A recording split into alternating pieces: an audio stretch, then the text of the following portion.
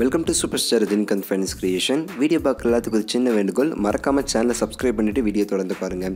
So நம்ம ரஜினி அவர்கள் பேட்ட படத்துடைய வெற்றிக்கு அப்புறமா முருகதாஸ் அவர்களோட சேர்ந்து ஒரு படம் பண்ணுறாரு. இந்த படத்தை லைக்கா ப்ரொடக்ஷன் தயார் பண்ணுறாங்க அப்படின்னு சொல்லிட்டு நம்ம எல்லாத்துக்குமே தெரியும். இந்த படத்தில் நம்ம சூப்பர் ஸ்டார் ரஜினிகாந்த் அவர்களுடைய சம்பளத்தை கம்மி பண்ணியிருக்காரு அப்படின்னு சொல்லிட்டு ஒரு நியூஸ் வந்திருக்குங்க. இதற்கு என்ன காரணம் பார்த்தீங்க அப்படின்னா, நம்ம லைக்கா ப்ரொடக்ஷன் அவர்கள் ரிலீஸ் பண்ண 2.0 திரைப்படம் இருக்குது பார்த்தீங்களா, அது தமிழ்நாட்டில் 105 கோடிக்கு அட்வான்ஸ் பேசிஸில் ரிலீஸ் பண்ணாங்க. அதாவது எப்போ இந்த படம் 105 கோடி மேலே கலெக்ட் பண்ணுதோ அப்போ தான் இந்த படத்துக்கு லாபம் அப்படின்னு சொல்லிட்டு வரும். அந்த வகையில் பார்த்தீங்க அப்படின்னா பேட்ட திரைப்படத்துக்கு முன்னாடி ரிலீஸ் ஆன 2.0 திரைப்படம் தமிழ்நாட்டில் 175 கோடிக்கு மேலே கலெக்ட் பண்ணிச்சுங்க.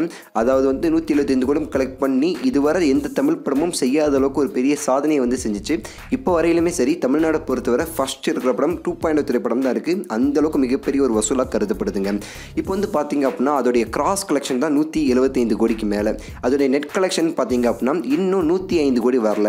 எப்போ 2.0 திரைப்படத்துடைய கிராஸ் கலெக்ஷன் 180 கோடியை தாண்டுதோ அப்போ தான் அந்த படத்துக்கு 105 கோடியை தாண்டும் அப்படின்னு சொல்லிட்டு எக்ஸ்பெக்ட் பண்ணுறாங்க. ஸோ அந்த வகையில் பார்க்கும்போது இந்த படத்துக்கு தமிழ்நாட்டில் சின்னதாக ஒரு நஷ்டம் ஏற்பட்டிருக்கு. அதை ஈடுகட்டுற வகையில் தான் நம்ம ரஜினிகாந்த் அவர்கள் லைக்கா ப்ரொடக்ஷனுக்கு இன்னொரு படம் பண்ணி கொடுக்குறாரு.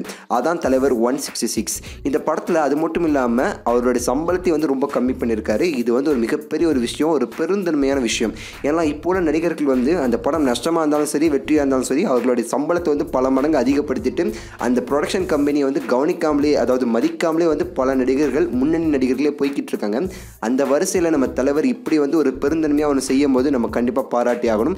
நமக்கு தெரிஞ்ச இன்னொரு நியூஸும் சொல்கிறோம். என்ன நடக்கும் அப்படின்னா, ரஜினிகாந்த் அவர்கள் ஒரு வெற்றி படம் கொடுத்தார் அப்படின்னா அதுக்கு அடுத்த படத்துக்கு அவரோட சம்பளம் ஒரு 5 கோடியிலேருந்து ஒரு 7 கோடி அதிகப்படுத்துவார்.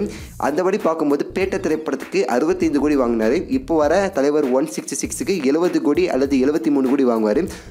இப்போ கம்மி பண்ணிக்கிறதா ஒரு நியூஸ் வந்திருக்கு. ஸோ அதன்படி பார்க்கும்போது பேட்ட படத்துக்கு வாங்கின அதே 65 கோடிக்கு அடுத்த படத்தில் நடித்து கொடுப்பார் அப்படின்னு சொல்லிட்டு நம்ம கருதுகிறோம். அதே மாதிரி தான் இருக்கிறதுக்கு அதிகபட்சமாக வாய்ப்பு இருக்குது. ஸோ இந்த செயலுக்கு நம்ம தலைவரை பாராட்டி ஆகணும். So hats off sir. உங்களுடைய கருத்துக்கள் இந்த வீடியோ குறித்து ஏதாவது இருந்துச்சு அப்படின்னா மறக்காம கீழே கமெண்ட் பண்ணுங்கள். வீடியோ பிடிச்சா லைக் பண்ணுங்கள், ரொம்ப பிடிச்சா ஷேர் பண்ணுங்கள். ஸோ மறக்காம சேனலை சப்ஸ்கிரைப் பண்ணுங்கள். அடுத்த ஒரு நல்ல வீடியோவில் உங்களை மீண்டும் சந்திக்கின்றேன். நன்றி, வணக்கம், மகிழ்ச்சி. நீங்கள் பார்க்குற வீடியோ ஏதாவது ஸ்க்ரீனில் இருந்தது அப்படின்னா அதை கிளிக் பண்ணி அந்த வீடியோவை பார்த்துக்கோங்க. அடுத்த வீடியோவை பார்க்குறதுக்கு முன்னாடி நம்மளுடைய SRFC சேனலை சப்ஸ்கிரைப் பண்ணிக்கோங்க.